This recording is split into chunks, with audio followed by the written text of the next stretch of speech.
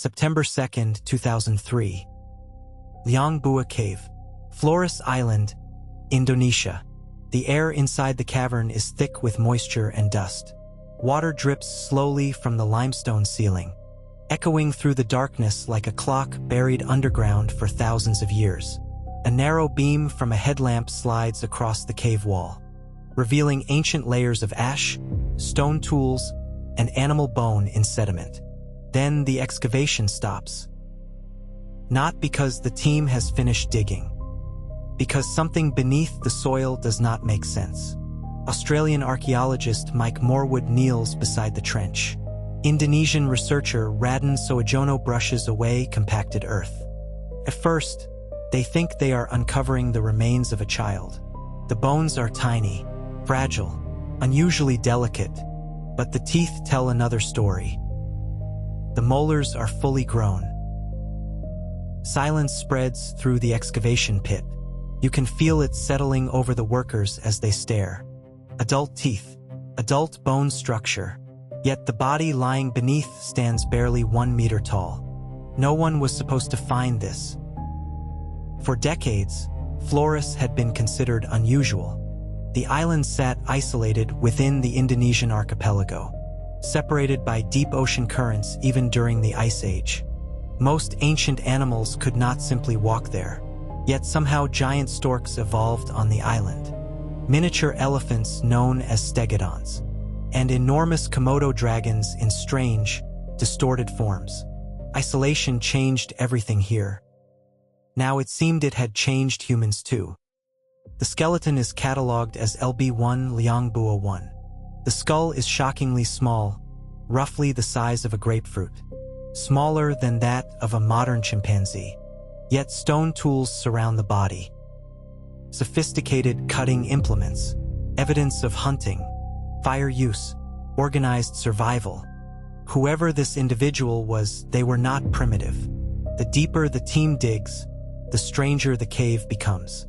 Layers of charcoal suggest repeated occupation over thousands of years. Stone blades lie beside animal remains bearing cut marks. These tiny humans may have hunted dwarf elephants in Flores forests. Small bodies, tiny brains, complex behavior. The combination should have been impossible. At first, many researchers refused to believe the findings. Some assume the skeleton belongs to a diseased modern human. Microcephaly, dwarfism, genetic abnormality. Anything seemed more reasonable than another species of human, because that possibility changes the entire story of humanity. History books described human evolution as a simple progression. But Liang Bua Cave whispers something different. What if multiple kinds of humans once shared the planet? More bones emerge, fragments of jaws, wrist, leg bones, dated to roughly 60,000 years ago. Modern Homo sapiens were already spreading through Asia. In 2004, the world meets Homo floresiensis. The question of what happened remains. The deeper researchers studied Homo floresiensis, the less human history seemed to make sense. Inside laboratories in Indonesia, Australia, and Europe, scientists began reconstructing the tiny skull from Liang Bua Cave piece by piece. CT scans illuminated the interior of the cranium in cold digital light, allowing researchers to study the brain without damaging the fossil itself. Everyone expected confirmation of the same conclusion: disease. But the scans revealed something deeply unsettling.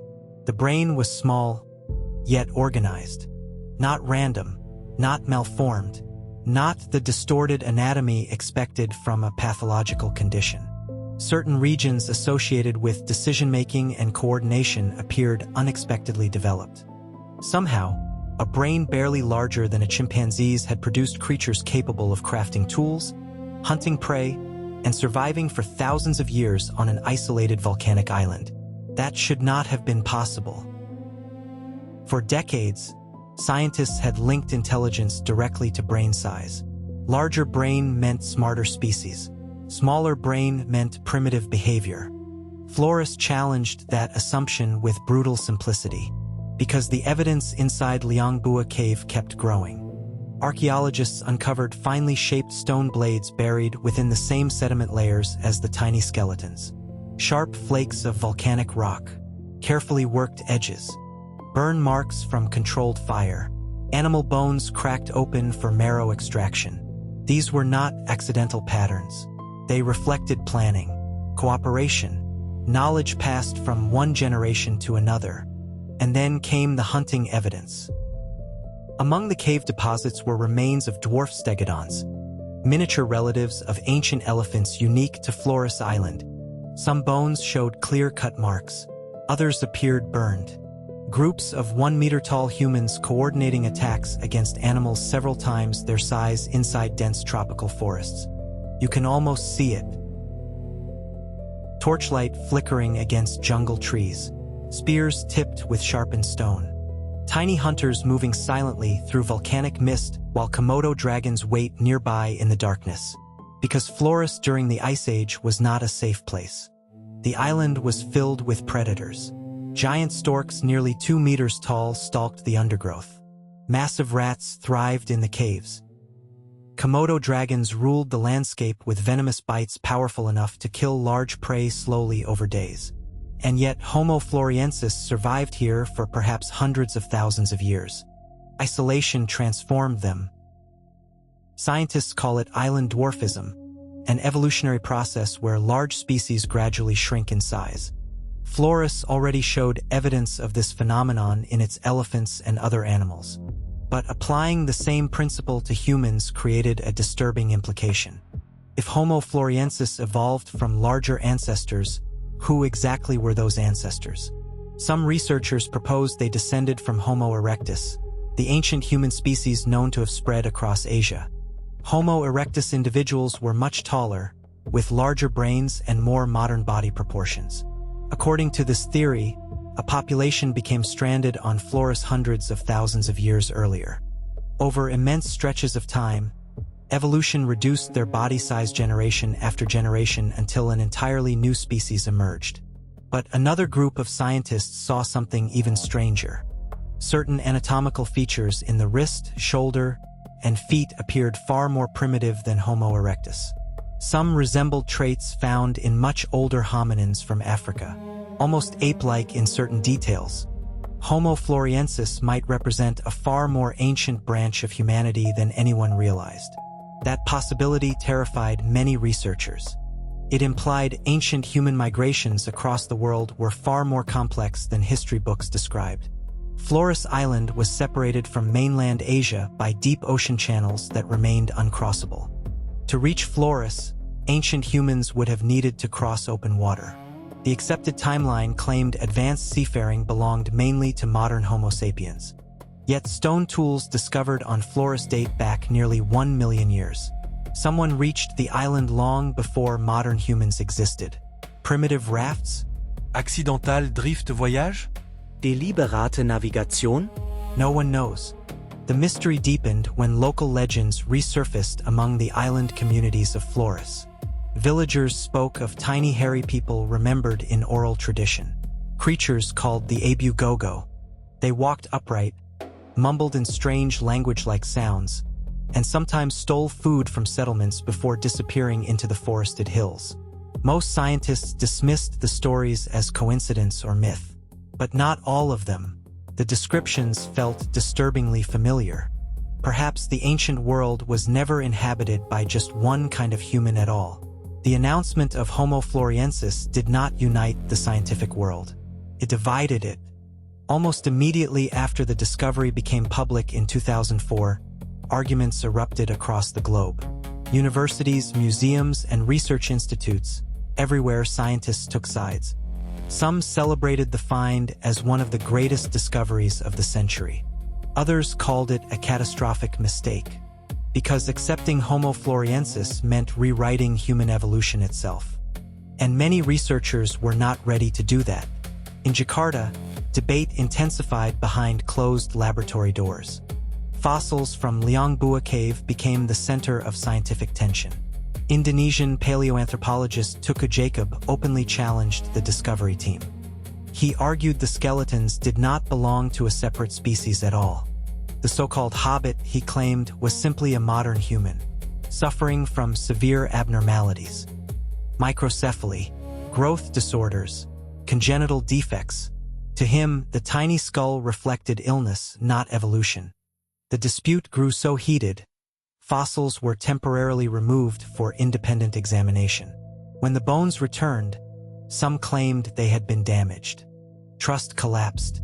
Scientific rivalry turned personal. Meanwhile, the world became obsessed with the mystery. Newspapers called them real-life hobbits. Documentaries filled screens with dramatic reconstructions of miniature humans. But beneath the media frenzy, the real question remained unresolved. What exactly were these beings? The anatomy refused to provide simple answers. Their feet were bizarrely long compared to short legs, suggesting an awkward walking style unlike modern humans. Their shoulders shrugged forward like ancient hominins. Their wrists lacked some modern structural features entirely. And then there was the brain. The tiny brain remained the greatest contradiction of all. Scientists once believed intelligence required brain expansion over time. Yet the stone tools showed planning and precision. Tools revealed manufacturing techniques passed down across generations. That implied teaching, memory, shared knowledge. You begin to sense why this discovery disturbed so many experts. It threatened assumptions at the very core of human uniqueness. If intelligence emerged in such an unexpected form, what else had we misunderstood? Then came another twist.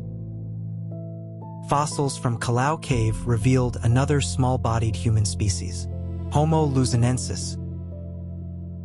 Suddenly, Flores no longer seemed like an isolated anomaly.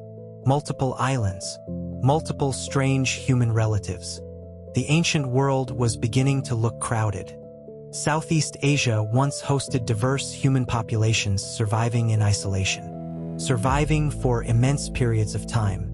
Some may have interbred. Others vanished without descendants. Then modern humans entered the region. That arrival casts a long shadow over every theory. Wherever Homo sapiens expanded, other species disappeared. Neanderthals vanished across Europe. Denisovan traces faded into genetic fragments. Now Flores revealed another disappearance at the same moment in history. But no direct evidence of conflict was ever discovered. No battle scars, no massacres, only silence. And somewhere in the shadows of Flores, the mystery still lingers. Night falls quickly over Flores Island. The jungle surrounding Liangbua Cave becomes almost completely black after sunset, swallowed by dense vegetation and volcanic ridges that cut across the landscape like ancient scars. Insects scream from the trees. Humid air presses against the cave entrance. Somewhere deeper in the forest, a branch snaps. And for a moment, you understand why the stories survived. Long before archaeologists arrived with excavation grids and carbon dating equipment, local villagers already believed something strange once lived in these mountains. Elders spoke quietly about creatures called abu-gogo, small, hairy beings that walked upright and disappeared into caves. According to oral traditions, they stole food, repeated human speech in distorted murmurs, and vanished into the wilderness generations ago. Most scientists reject any literal connection between the legends and Homo floresiensis, but the timing unsettles people. Because in isolated regions of the world, oral traditions sometimes preserve fragments of astonishingly ancient truths, memories transformed into myth, history buried beneath folklore, and Flores remains filled with unexplored terrain. Even today, large portions of the island's cave systems remain only partially surveyed. Dense jungle conceals volcanic valleys difficult to access even with modern equipment. Archaeologists continue finding stone tools and fossil remains scattered across the region, suggesting ancient human occupation stretched far beyond Liangbua alone. The story is not finished. In recent years, new excavations at sites across Flores revealed even older evidence connected to the ancestors of Homo floresiensis. Stone tools dating back hundreds of thousands of years suggest the lineage may have survived on the island for an immense span of time, adapting, shrinking, evolving in isolation while entire civilizations rose and collapsed elsewhere on Earth. Imagine that scale of survival. While mammoths wandered Ice Age plains, while Neanderthals hunted across Europe, while the first humans painted caves in France, a hidden population of tiny humans endured on a remote Indonesian island separated by dangerous ocean currents. Unknown to the rest of the world. The deeper scientists investigate, the stranger the timeline becomes. Some revised dating studies published during the 2010s suggested Homo floresiensis may have disappeared earlier than originally believed, perhaps around 50,000 years ago or slightly before. But the exact extinction date remains debated because cave sediments shifted over time through erosion and geological disturbance. That uncertainty leaves open a haunting possibility. There may have been overlap between Homo sapiens and Homo floresiensis longer than anyone can currently prove. If that happened, the encounter would have been extraordinary. Two intelligent human species standing face to face beneath the same tropical sky. One tall, one barely reaching waist height, both carrying tools, fire, fear, curiosity. No written account survives. No artwork records the meeting. Yet somewhere in prehistory, modern humans likely crossed into territories already occupied by another kind of human entirely. And then one of them vanished forever. Modern humans survived. The others did not. Despite their extinction, Homo floresiensis does not feel primitive in the way earlier generations imagined ancient humans. Their tools demonstrate adaptability. Their survival on Flores required resilience against predators, volcanic eruptions, and limited resources. Inside museums, reconstructed models of the Flores hobbit stare outward through glass displays. Their faces appear strangely familiar, undeniably human, yet profoundly alien at the same time. Back at Liang Bua Cave, excavation work continues beneath floodlights and drifting dust. Another skeleton, another tool, another clue hidden beneath volcanic ash. Until surprisingly recently, another species of human walked this earth beside us.